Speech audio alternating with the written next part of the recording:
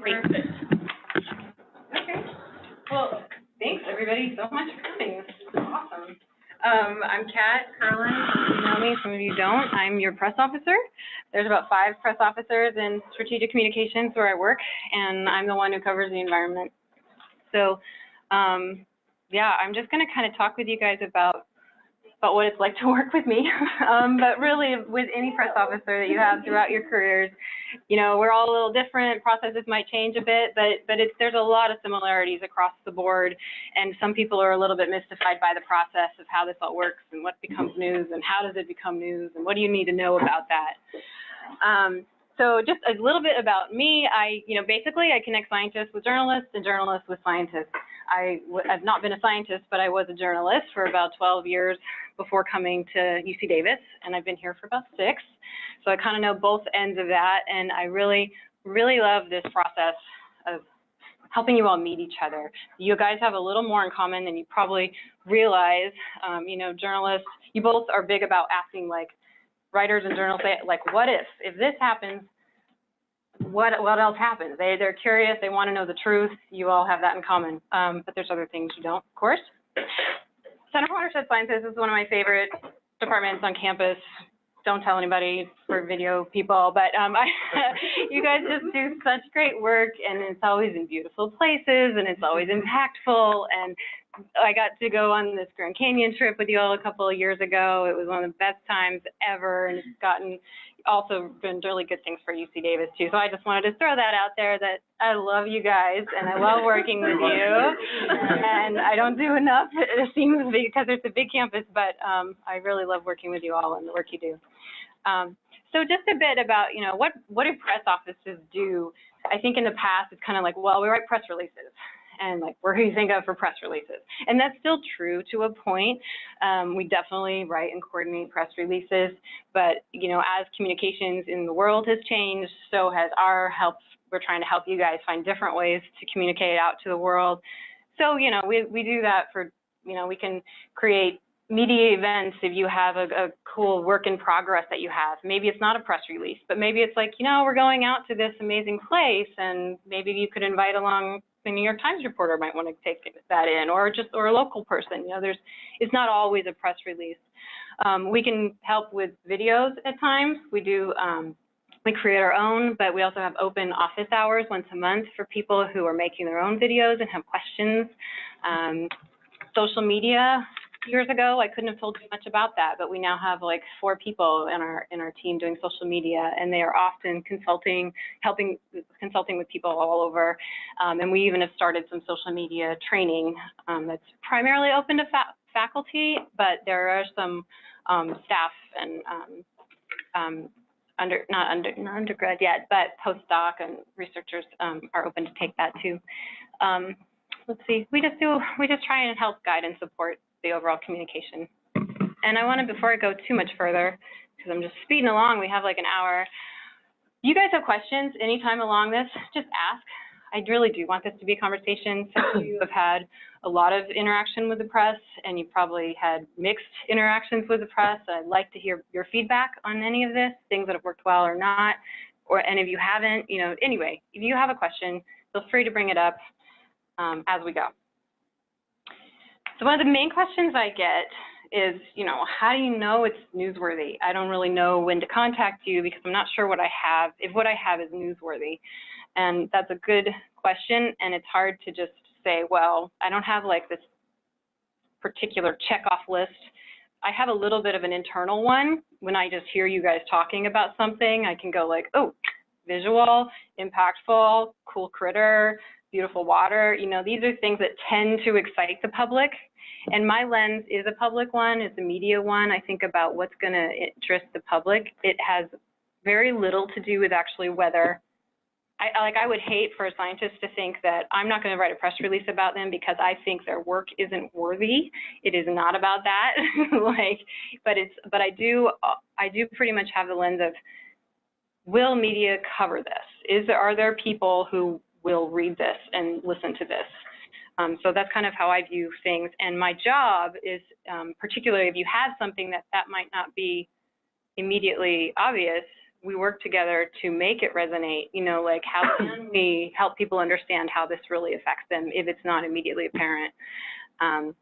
But okay, so one thing that I think, one guideline is it's something specific impacted by something general. I've seen that throughout releases, that tends to be, it's very rarely something very general, like citizen science is impacting scientific discovery, or something like, and I do get those sometimes, you know, like something like, you know, climate change is impacting this, or some policy is impacting this species. Those kinds of things tend to be more resonating with public. Okay, that's kind of a long list. If there is a checkoff list, this doesn't have to hit all of them, but if it hits like 2 or 3 of these, probably a good sign that what you have could be newsworthy. The Center for Watershed Sciences, these boxes all the time. They have the drought up there. It was like, just say the word drought and the media would like cover it. I mean, that's not always the case with everything, but certainly if you have, like I had mentioned earlier, can you imagine who would cover this? Can you clearly say, not just what is it, what my research says, but why it matters? Can you say that in a way that can relate? Can you come up with an analogy? Analogies are like ridiculously effective. It's almost embarrassing. Like if you can come up with a good analogy, people really fall for it. And I don't mean to call them all suckers, but we as species, human species, love like good analogies. I see it happen over and over again. And some things, just even if maybe they don't have a huge effect on our lives, people like cool science. If you can bring that out and show us why it's cool, you know, people do respond to it. So these are some little guidelines you can think about like, is what I'm doing newsworthy or not?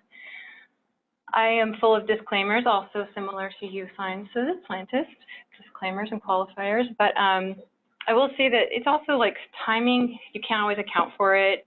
You know, before the election, actually, it was a lot easier to get reporters' attention. There was like, we were like in this luxurious period where they didn't have to be catching fire, you know, fighting fires all over the place. It's a little harder to be like, hey, I've got this fish study, you know, which actually they've been really good at still paying attention to fish and other things, but it is a little harder these days, so it's just something to keep in mind. There's a lot going on in the world if you hadn't noticed. Okay, any questions so far? All right. So why would you want to put yourself through this? Why would you want to do press outreach? Some people have this sense that, well, I'm not really like a limelight kind of person. I don't really want to be that guy or woman out there. I don't need the glory. And what I always, if I don't tell them, I at least think to myself, it's really not about you. I mean, there are some who do like that and enjoy it and are good at it and bless their hearts because they help us. But I don't like it. But the real reason is that there's many. You know, I'm here because I'm trying, you know, they pay me to help raise the reputation of this university. Okay, that's why, I mean, just that's true. And when you raise the reputation of the university or the center or whatever school you're part of, sometimes that attracts donors, sometimes that attracts opportunities, collaborations, things that we want in our university. At a personal level, a lot of people want to simply, you care about this work, you want to, a lot of scientists want to change the world for the better. You know, they want to have an impact, and communication can help with that impact. It's hard to make an impact if you know about what you're doing. So that's one reason we try to communicate and to communicate effectively. Sometimes I have this ward-off misinterpretation. Sometimes people are very shy and don't want to talk about it, but sometimes you're doing really impactful work that you just get a call, or that people cover with or without you. And it's really good to know, be ready for that and think about, okay, this isn't really what I like to do necessarily. I'd rather be in my lab, but this is happening. So let me think about how I can communicate this so that others don't do it for me and get it wrong or take off on a wrong tangent or, you know, let something run away with itself. Yeah. Question? And disagreements too. You guys can call foul on me at any point. Okay, so you say you have something newsworthy. Now what? What do you do? Well, call me and we'll talk about that. We'll go through this. Okay. So when do you call me? There's different times you do this. But some of the times that you might have something newsworthy that we should share, you don't necessarily have to wait for a publication. There's so much great work, especially in the environmental field, where, like I was saying earlier, if you're going out in the field, reporters really love to come with you if you're willing to let them. So, but they need time for that. They need like weeks or even months, depending on the outlet that you have. But if you have something really worth showing that's super visual, people get kind of bummed to like hear about it after it's done. They have no, like, well, any good photos of that? Because they would rather take their own. So if you have something really cool going on that you do think is newsworthy, it's getting a lot of attention, even internally, or your friends are saying, this is really cool, you should tell someone, that might be a time to contact me and we can feel that out. I might say, not really, but you could try it. That's one time. But typically, when you call me is when you do have what you think might be a newsworthy publication that's about to be out. Don't call me when it's like a week or 2 days before it's out. Like as soon as you know, hey, you've been accepted, this publication is accepted, and you think it's newsworthy, give me a call, send it to me, send me the manuscript. I won't share it. I totally understand embargoes and how that whole system works. But that way then we can look through it and see if what we should do with it. Not just whether it's a news release, but what can we do with this? What's the difference between a tweet and a multimedia press release? Notice. It's like I can't really do much with, I can't, if I have enough time and if the story is truly like something newsworthy and visual that I think was going to draw some attention, like I said, we have a great video team. I can do a better, more in-depth story. We could do maybe a podcast. We could do pre-pitching to national outlets who like to have advanced time. You get better coverage, basically, if the story is, something. I'll still do something if it's worth it at the last minute, but I don't like getting up at 4 in the morning to quickly write something just so that we can push it out. And also, it's just not effective communication. It'll go better farther. So call me when you get published, or not published, when you hear that you will be published. Okay, and so basically the process, and some of you have been through it already, is just, so the pitch, and the pitch is actually your pitch to me or your press officer, whoever you were working with, but I get lots of, and I work through it, but like I get lots of just, hey, I have a paper, here it is, and that's good, and that's something, and I'll take it. But it's so helpful to me because I have hundreds of faculty that I am representing that are always publishing things. If you can tell me, what's just a paragraph summary, this work is this, and it packs this, and then we'll talk, and then we'll make a time to talk, and we'll create a plan about what the communications should be around it, whether it should be a news release or other things, or a news release and other things. I will draft up the article. You guys will review every word of it and make sure it's accurate, and then, lots of you work with different agencies and institutions. Sometimes they want to do a news release too, or they want to adapt yours. There's different things around that. So we need to build in time to coordinate releases sometimes with other institutions and co-authors.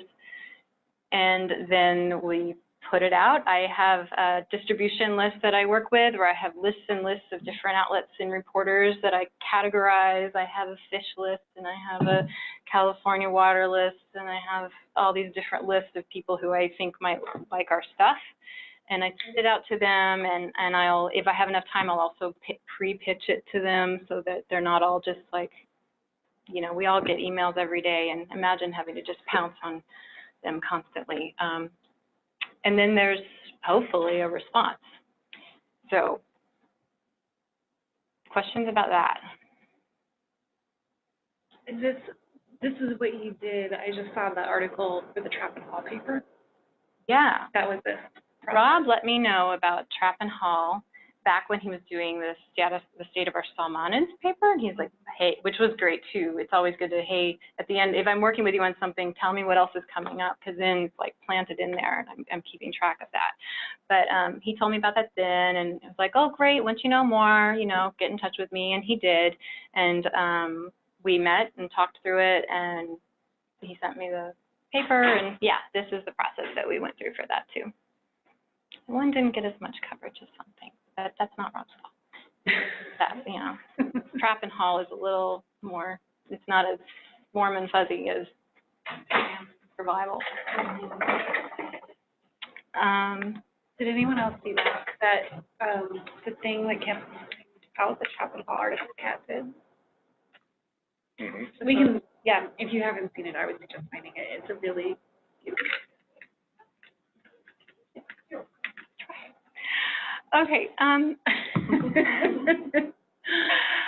lot of people, I mean, most of you understand, I think, you know, what an embargo is, but I do get a lot of questions about them, you know, so humor me as I explain what they are roughly. You know, when you're published in a journal, there is an embargo put on them typically. It's the date at which your paper will be published.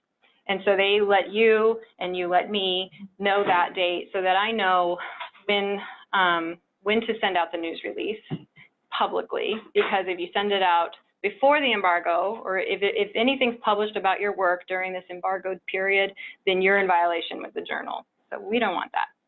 And so that date and exact time just tells me what time we should put the release out, and we want to do that. Ideally, we want to do that immediately when the embargo lifts. There's some exceptions around that. But the other thing about embargoes is if we have time, we don't always, because lately I've noticed a trend with journals where they'll just post pretty much without even telling you guys up online, and then it's not embargoed, it's just there, and you had no idea it was coming, and I get this apologetic note from you all saying, I'm so sorry, but they just sent it to me, and it's like, I get it, it's like, you know, but so it's sort of a luxury when we are able to use embargoes, because when you can, and some of the bigger journals are pretty good about they know this is useful. When you can have an embargoed release that you put out, certain select reporters, you send that to reporters, and that gives them more time to write their stories and interview you and do a better, more thoughtful job. He disagreed. He has a tumor in his throat. It pushes on his throat. Maybe. Didn't mean to cheat. It's okay, he takes it almost every day. He's taking your line down. Yeah, right. But yeah, basically, you know, some people like them, don't like them. I personally am in favor of them because I've seen that when you're able to put out an embargoed release ahead of time, the end result is typically better coverage and from better quality reporters too. Not always, I mean, that might not be completely fair, but like if you want the New York Times or somebody like that to cover you, they usually need a little more time. They're not going to just jump on your thing. Give them time in that, then they will. It also helps you all.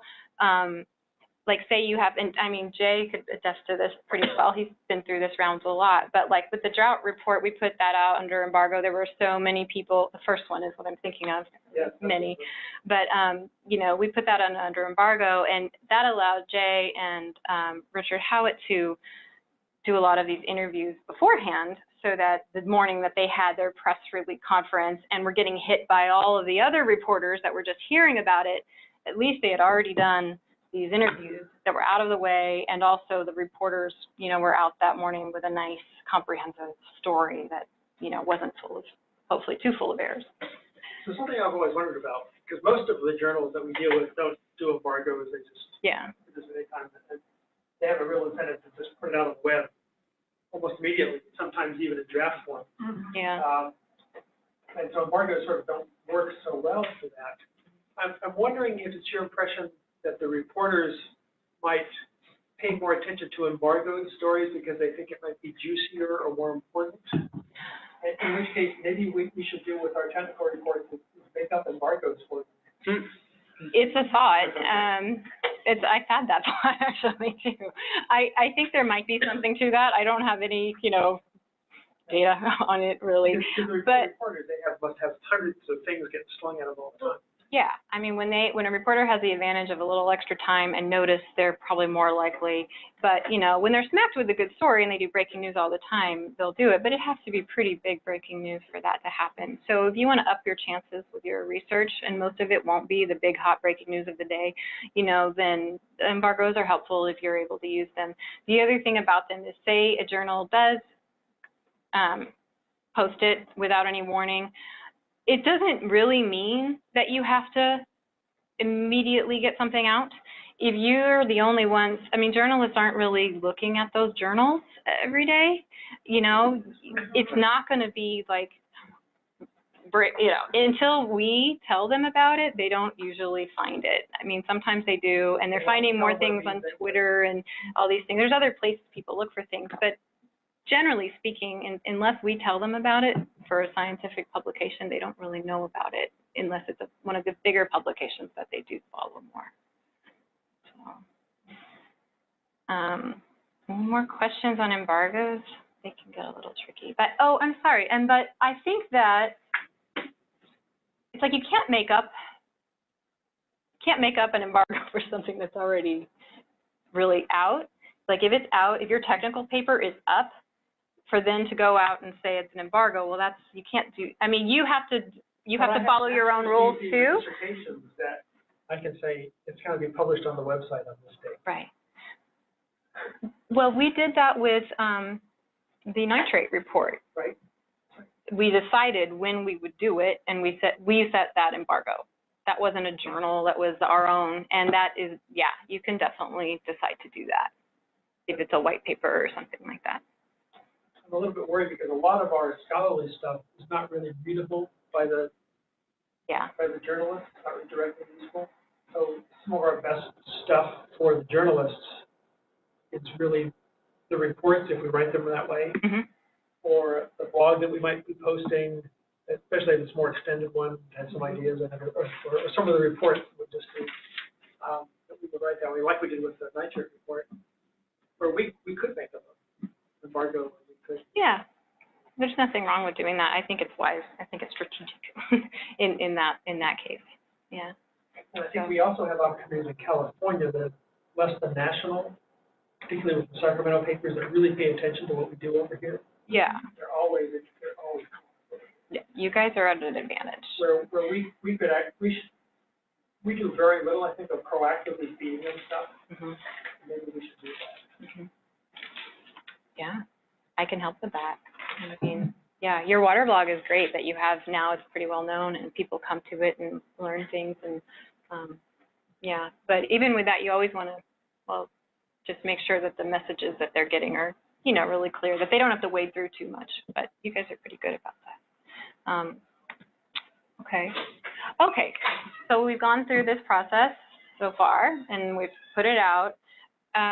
These are some, like, they seem sort of obvious, but you'd be a little surprised, you know, like, so when you're working with me and we're talking about when to put it out, will you be around that day? Are you going to be off in the field for a week, right when everyone wants to talk to you without any, you know, I did one at the vet school, and the woman didn't tell me because I don't think she thought about it, but she was flying to Nepal on the day that it went out. like totally unavailable for like a month. Like, okay, we should not have done this now. Right. So please just think ahead of when it's coming out. And actually, that's something I'm seeing more and more, that the journals will work with you on sometimes. I think if the journal gives you the embargo, some of them you can ask, you know, and say, I won't actually be here. This is right in the middle of my cousin's wedding or whatever. Can you push it a few days? And they'll often work with you on that. Okay, and then just, you know, be sure on release day, you obviously know your work, but just think about it in a different context sometimes. Think about it through the context of, I'm talking to a general public here. So what are the like top 2 or 3 messages that I want to say to them? And maybe it helps to have a little bullet list on your desk, or maybe some key numbers that you can pop out if you get a call. You know, you can kind of glance and be like, you know, at any rate, just kind of try to put in even 5 minutes of time just to like, okay, if I get this call, this is kind of what I'm going to say. And if this happens through if a news call comes through like because we've done a news release together, that process can help you with that. I try and not only let that be like an interview process, but also sort of like a test bed, you know, like I'll workshop it a little bit with you, because I don't mind saying when I don't understand something. Like I say, I am not a scientist, and I actually think that does a service in this, because I know when I don't get something, I don't think other people are going to get it. So anyway, I can help with that, but it's a good idea to do it on your own as well, to think through that. One of the things we do at UCdavis, and I think we did it somewhat with the nitrate project, we made up a list of reporter questions. Right. And had us write out, short paragraph answers to those. Yeah. And even though they don't ever ask you precisely those questions, just going through that process of preparing helps you get your head in the right space for it. Yeah, that's what we do with the first next also, is questions help me a ton. That was my baptism by fire. You came out for that. Yeah, especially with some of these gnarlier, I mean, all of you kind of, I think, tap into the policy end of things, and some of those questions come up, and it's good to think them through. So not just what your science is about, but some of those questions you might be asked, and how you But it address helps you it. develop answers that have no jargon in them. Right. And are really concise. Yeah. Analogies. So tips for responding to media.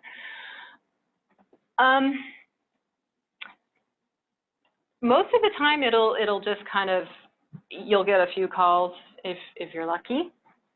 Sometimes something just really strikes a chord, and you will find yourself like, whoa, there are so many calls right now.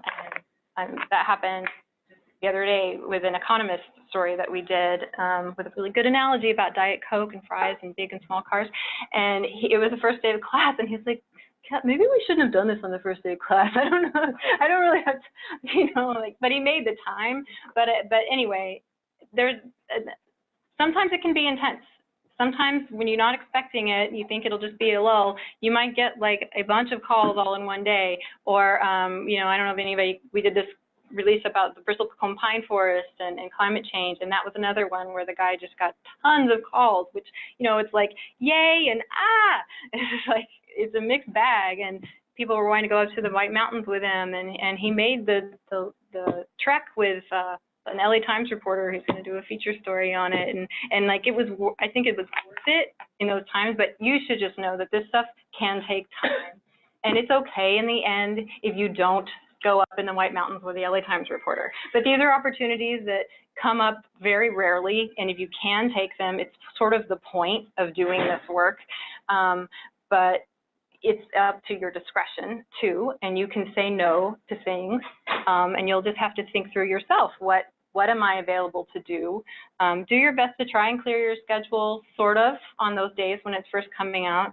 Know that if you are caught in this kind of situation, which, as I say, is a mixed blessing, know that it will end, that it's usually the most intense, like the first few days, and then unless it's some incredibly crazy disaster happening, it'll trickle down and just stop, and you'll go back to, nobody knows who you are anymore. But that's just something to know, that it can oh, Megan, I don't know what happened there. Just a little word of warning that sometimes, if you're lucky, that can happen. It's best to be prepared for it. And if you have a good idea that might happen, there's things that you and I can think through about what to do. Like in the case of NAG, that got a lot. People were very interested. You had a visual place to go to and talk about it. So you create a media day, or you can create a media availability. You don't even need a visual place for that. You can just decide, this is expected to get a lot. And I should help you identify that. Maybe we could set up a time where a bunch of reporters can come and talk to you, or online you would do a web conference or something like that. And it doesn't end. I'm doing an interview on Monday next. Really? With Eating Well magazine. Well, yours never ends because it's a perennial project. Eating well. I'm like, this is so wacky. I think that's so great. Yeah. Why would people care what they eat? They should care that they're eating a salmon, right? It's like, come on. Yeah. I think I don't know. It's pretty funny. Is it about the rice or about the salmon? Both. Okay. It's really good rice. It is really good rice. Really good rice. Did you tell them you're a good cook as well? No, not come up yet. Are you getting paid for who's best recipes? Yeah, exactly. Jacob's talking right before I am. I have a paella recipe on my list. Wow. Interesting. I do my risotto. I need a website first, though. I'll put it on my Twitter feed. There you go. That's funny. Okay, so, what was the last thing? Oh, I have a just call for help if needed. I've been kind of centering this around this idea that all this media attention is coming from some press release we worked on together that we were all anticipating. Sometimes you're getting calls, and, you know, Nick Santos, I know, has been subject to this. They kind of come out of the blue that you're expecting, that you're thrust into. And just quick words, if you find yourself in that situation, we are here to help. I am here to help. I can help triage. I can help connect reporters. I can help tell reporters he's not available today, maybe tomorrow, or he is unavailable, sorry, but here's someone else. You know, I can help you. So just if you get stuck and you're freaking out, give me a call and I'll see what we can do. I can't save everything, but I can help. At least I try. Okay, so you've done all this stuff, and the release is out, and you've gone up to the White Mountains with the LA Times, and you put 3 days of your week to do it, and then it comes out, and you don't like what they said. So that's not fun. When you ask for a correction, and again, it might sound obvious, but it's not been when there's a nuanced misinterpretation. I mean, it's not when there's something small. It's when there's a blatant, like, this is inaccurate. You got this wrong. And when that happens, I would advise you to not go in fighting. Journalists don't want to be wrong. They want to make it right. They hate making errors, you know, so it's kind of like, just be polite, like, hi, thanks so much for the time you put in.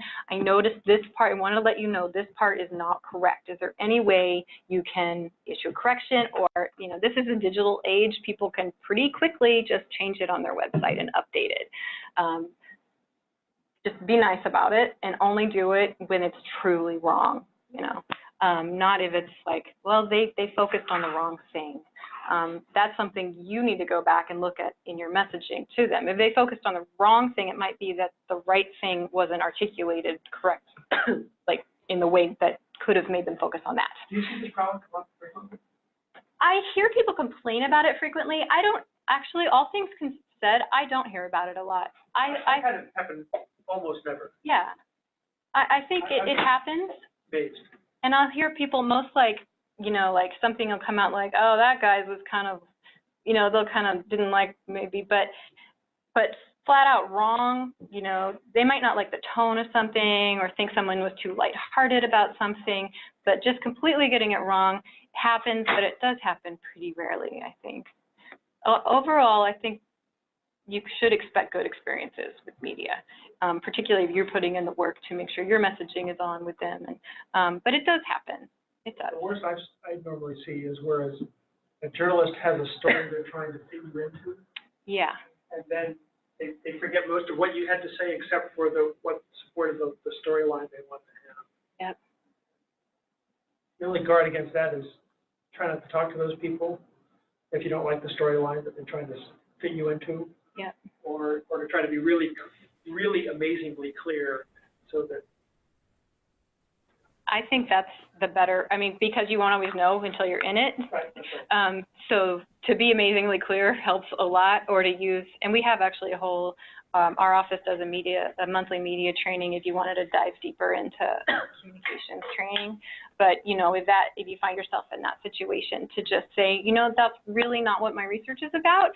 We did this, and try and give them something interesting, because they want something interesting. And if you give it to them, they will usually take it. But sometimes they are very much like, I got a story to put out and I need to find someone who will pretty much say this. And, you know, so that happens too. And you just have to just make sure that you're very clear about your role. And you can send them to somebody else. Totally. That they're better for it. Yeah.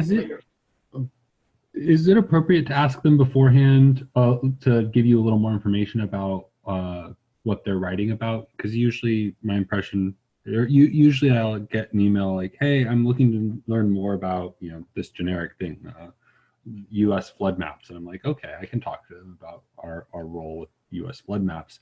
And then I'll get into it and I can answer a few questions and then refer them to someone else if they're a nice reporter. But then in the case of somebody who maybe has a slightly more hostile angle, which has happened to me on a live interview, would it have been appropriate for me to ask their staff beforehand, hey, could you tell me a bit more about what you're reporting on or something so that I could know not to get into that?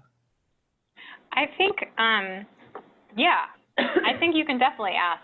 They won't always necessarily give it to you, not because they're hostile, but sometimes they're just busy, confused, running around too fast. I think it's absolutely appropriate to ask. You certainly can. It doesn't hurt.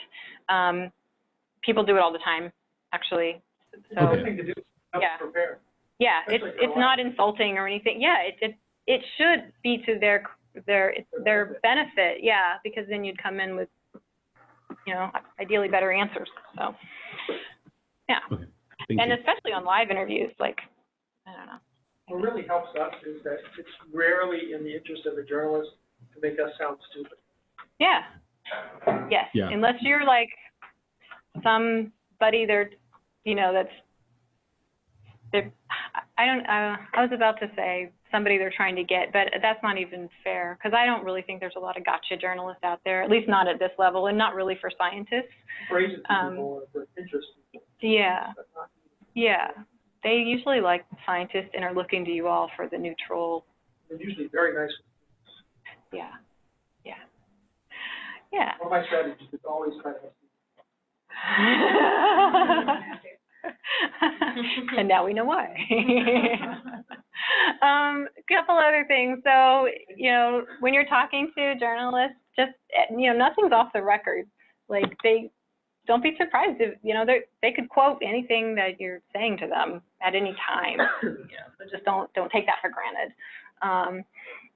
Yeah, review your messaging. That's just, I kind of probably say this through every slide pretty much. Just always be thinking about how you're doing things. And that's not to at all trying to place blame on anybody at any stage. I'm just saying, but people get really frustrated with, we're talking about, this is about communications.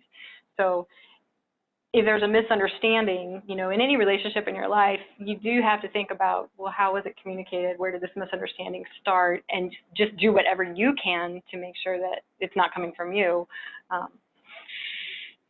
Okay, and I don't like what they said. So also, we've all seen all these comments on Twitter and everywhere. Everywhere there's trolls, and it hurts. I got one the other day. She doesn't understand. It hurts and it makes you mad, but just don't feed it. Don't respond. There's very few cases where you should, really. That's all I'll say about that right now. And be prepared to stand by your work. A lot of your peers or people from other institutions or other scientists or other agencies who might give you some slack for what you've said or don't like the stance that you've taken, and just be thoughtful about that. And you probably already are as you're working on your work, but just be prepared to be okay, there's some people who aren't going to like this, maybe. But this is what I found. And be prepared to show, well, this is what my work said, and I feel strong. I stand by it. So just be prepared for that if you do decide to go down the route of telling people about it. You'll rarely get a technical criticism, scientific criticism. Oh, yeah? That's good to hear. I think it's pretty rare. Maybe not to you. I hear about it sometimes. Not a lot. It's kind of like when people get it wrong. I think when it happens, it becomes such a big, intense thing that it probably stands out more in your mind. There are but it does happen very rarely. Journalists have tried to set one academic against another. Yeah. And those are horrible. I try to avoid those. But but sometimes they'll find another scientist, or an interest group will find a scientist that will say something bad about you, and then you just have to very plainly, passionately, and concisely. So this is why I think that criticism is not so important. The few times that I've really seen it become a problem, that's kind of broken my heart a little bit, is when it's usually younger, early career scientists who just have not, who find themselves flung into something, like one of those stories that did phenomenally well and didn't quite expect it. One case was another climate change forestry story where the guy was in the middle of a conference of his peers when it came out, and I don't know how many comments he actually got. For all I know, it was 1 or 2, you know, but it really affected him. He felt, he's like, here I am in this conference. This thing came out, and on the one hand, getting all this great attention, Reuters News is calling me, and Singapore, and everybody. But on the other hand, there's my peers saying, oh, you shouldn't have used that word, or I think that was an exaggeration. And it just really, like, turned him off from the whole communication thing. Yeah. So it's kind of something to be prepared for, that it might happen. I'm hoping to actually encourage you guys into communications, and I think maybe I might be going the other way with this presentation. But I just want you to be aware of it so you're not stunned by it, so that you go in but the ready. same lessons you use for dealing with the media Mm-hmm. are the same lessons for dealing with an obnoxious colleague or Yeah. an obnoxious peer reviewer. You know, it's the same skills. Only, you know, for communications, we've distilled those lessons down a little bit better. Yeah. I'm glad you said that, Swear words. because I do think that that's part of our we call it public communications now instead of media communications training that we provide, because it's media and policymakers, but also just anytime you're talking in a meeting with your peers. One of the women that Anne did the Compass training with science communication, and we did this Compass message box that some of you might be familiar with, but she said, this is great, I'm going to use this on my spouse. This is like, yeah, this is my point. This is why it matters, you know. It's life. I would say, as an aside, the thing about the trolls, like sometimes it comes when like your story is going out and there's a press release, but I don't know if this is gender specific, but the comment certainly was, you know, so now I'm on Twitter, we can thank Strategic Communications for that. But a professor was tweeting about a grant she got, and the comment that came back on her Twitter feed was subsidy for. Oh, God. Like, it's just for no reason at all. So this stuff just pops up out of nowhere. And Some of them are robots, and that makes me feel so much better. It's like scary and makes me feel better at the same time. They're not real. They're just not real.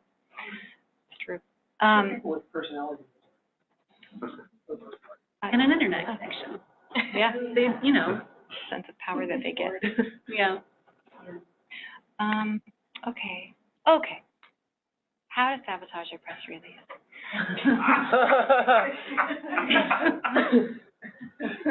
So these are things we run into over and over and over all the time.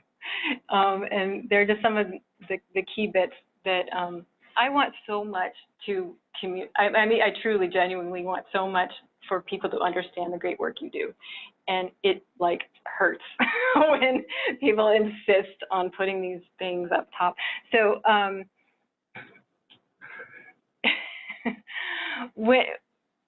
think Henry Fountain is a reporter in the New York Times from the Climate Desk, and he said once that, you know, I get thousands of emails a day, story ideas a day.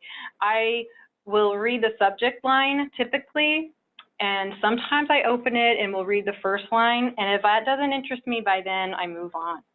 And I really take that to heart.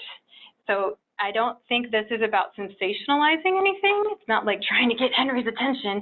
It's just like, you have good work, make it resonate and be very clear from the very beginning so that people will continue. And when people say, oh, I have to list all my partners and all the affiliations, and I need to start off with, frankly, even like saying the Center for Watershed Sciences at the University of California, Davis, don't do that. That is not your first words. Your first 4 words should be interesting, like dynamic words. Salmon, endangered species, like frogs. There's I'm not at all saying not to include that stuff. You absolutely have to include that stuff, but it should not be right off the bat. And that's the same with the overall tone of the story. I get this all the time from everyone and their sweethearts saying that the collaboration among the scientists and the interdisciplinary nature of the schools and is the story that we should be telling, and that the funding that they're getting is really, you know, the public expects you guys to collaborate, and they expect you to have money to do it, which, you know, it's like, well, I know this stuff doesn't just fall from trees. Like, I totally get that, but it is, they don't. The fact that you got money from the government to do it, that should not be your story. No, and you absolutely should include funding sources. We put it just routinely. We put that at the end. We put co-authors at the end. We want to include them, but they are not the story. Henry Fountain doesn't want to read about that. What are you doing? What is your research? How does it matter to any of us? What is the point? But the so what? That is what you really, really need to have in any communication, at least in my opinion, to make people look at it and read it. You have to have it resonate with them. And again, a lot of this stuff just seems common sense to me, but it's over and over and over. I see these releases that come in and say, oh, here's your draft release. We did it all. It's done. And it's like, oh, you got this great story and it's buried. So another thing is just making it long. For press release, you don't really want to go over 750 words, except in very rare circumstances. And even then, I would just link to something. You have more to say, put it on your website. We can link to that. Don't just clobber up your press release with that.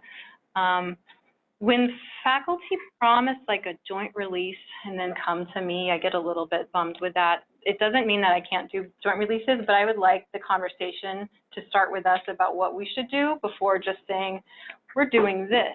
It might not really be the best thing. And some people, I think, don't really know what it's like. There's like a formal joint release when everyone kind of puts their name on the same thing and everyone puts it out. And that was kind of like the old way of doing things when releases were on one sheet of paper and everyone had their logos and that was what you got. But now everybody has their own internal communications and their stakeholders that they're sending through their websites, and everybody wants to tell their own stories, but they do want to do it collaboratively with their partners. So what I found to be more effective in those cases is that typically it's whoever's the lead author or the lead, you know, the PI's institution will lead the drafting of a release. That's typically what's expected, and that person would then share it with any of the collaborators on the project, and they could adapt it to their own needs. That's usually more effective, and people are really used to doing that now. Yeah, and just strip out of jargon. Yeah, and certainly visuals. People don't like to see big text boxes anymore. I mean, you know, you have the text, but you guys have no excuse not to have visuals. You're the water people. Okay. What? No equation? You know, there's progress in that realm for the science. No equations, I would say, most times, but people are getting more of an appetite for maps and cool graphics than they used to. They used to not want to see charts, but now with the whole infographic, and infographics are getting cooler looking and prettier and all of that. People like both. They like really cool graphs and images. This is an example of a real release, but I changed the names because it's just so bad, and it was simply an example of what I was talking to you about. This is real.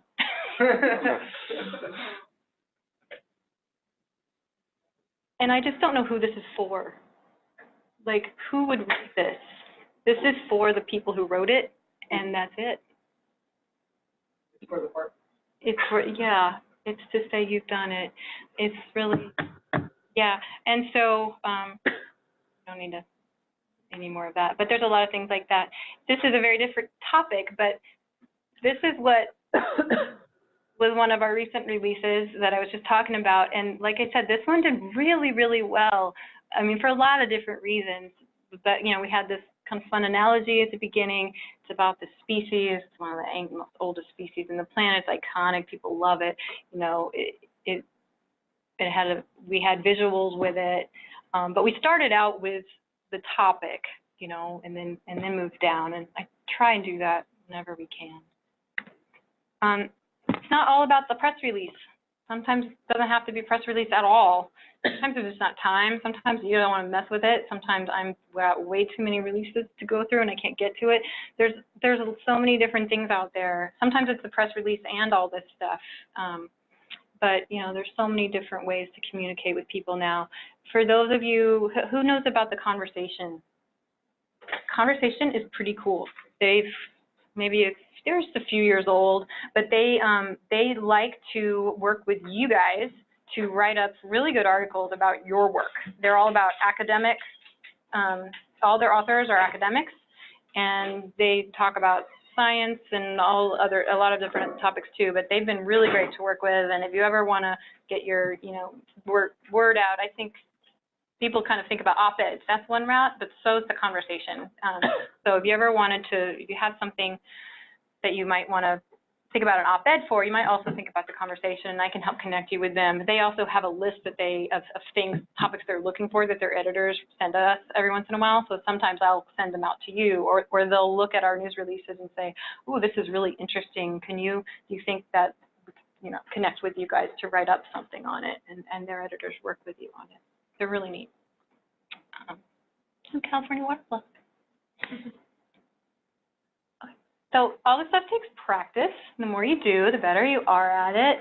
And I just wanted to throw this out. We actually just kind of started doing this within the last year. We used to have media trainings, and then we kind of stopped for a few years, but we started those up again. And like I was saying, I think Jay was in the room, they're primarily for faculty, but we do also offer to staff, and researchers, postdocs, grad students are eligible for that too.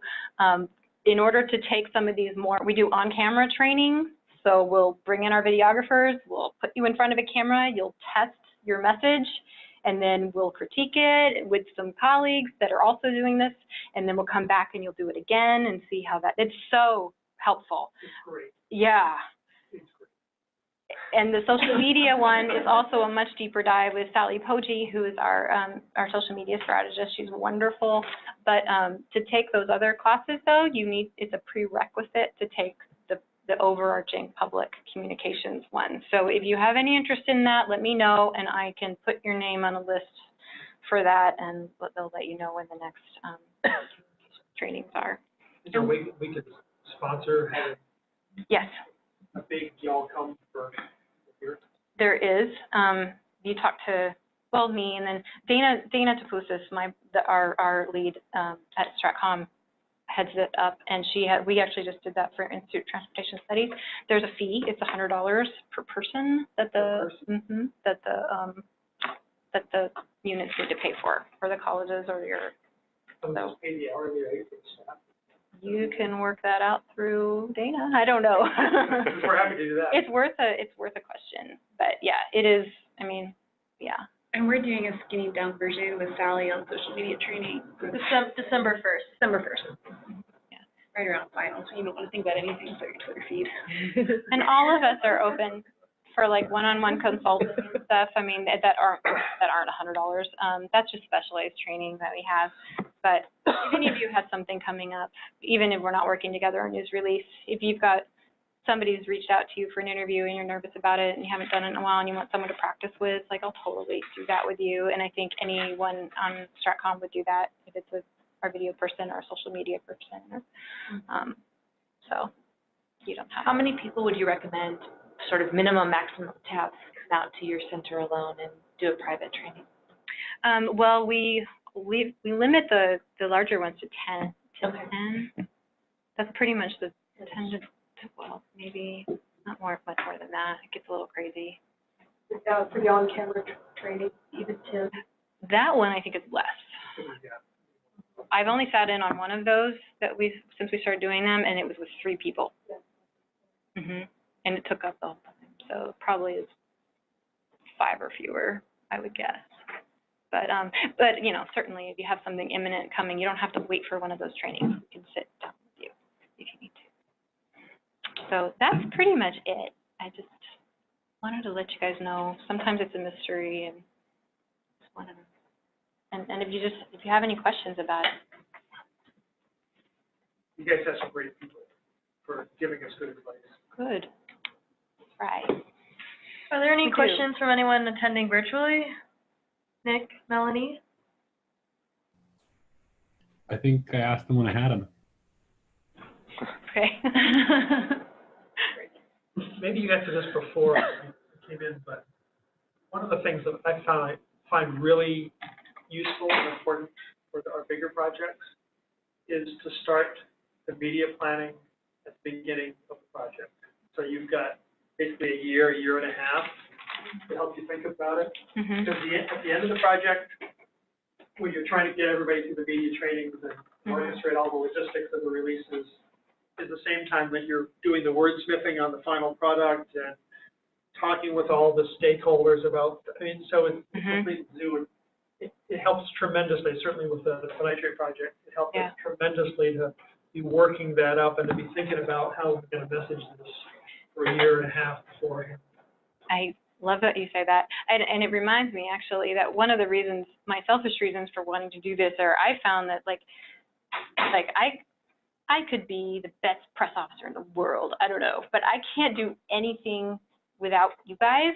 And those things that are super successful are because someone from your side is on it, like, is engaged, is interested in reaching out. Like, you can have the best story everywhere, but if you're not really into communicating it, it really won't go very far. And I just see that over and over and over again. Like, people will have these great projects, and I'll get congratulated, and I'll think, and I'm like, I'm just lucky that I fell in with people who care.